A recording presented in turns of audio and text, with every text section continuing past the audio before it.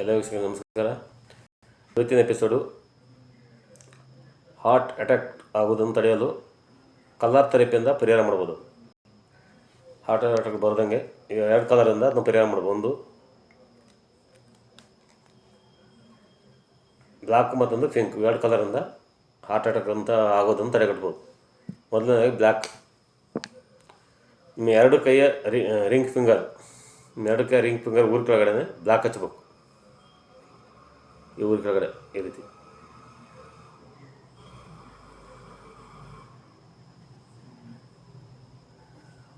ಇದರಲ್ಲಿ ಬ್ಲ್ಯಾಕ್ ಹಚ್ಬೇಕು. 2 ನಿಮ್ಮ ರಿಂಗ್ ಫಿಂಗರ್ ಊರ ಕೆಳಗಡೆ ಬ್ಲ್ಯಾಕ್, ಇಲ್ಲಿ ಬ್ಲ್ಯಾಕ್ ಹಚ್ಬೇಕು. ಅದೇ ರೀತಿ ನಿಮ್ಮ 2 ಕೈ ಮಧ್ಯ ಬೆರಳು ಊರ ಕೆಳಗಡೆ ಪಿಂಕ್ ಹಚ್ಬೇಕು.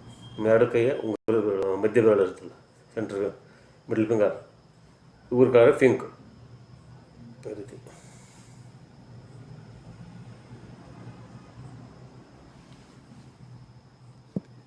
ಈ ರೀತಿ ಪಿಂಕ್.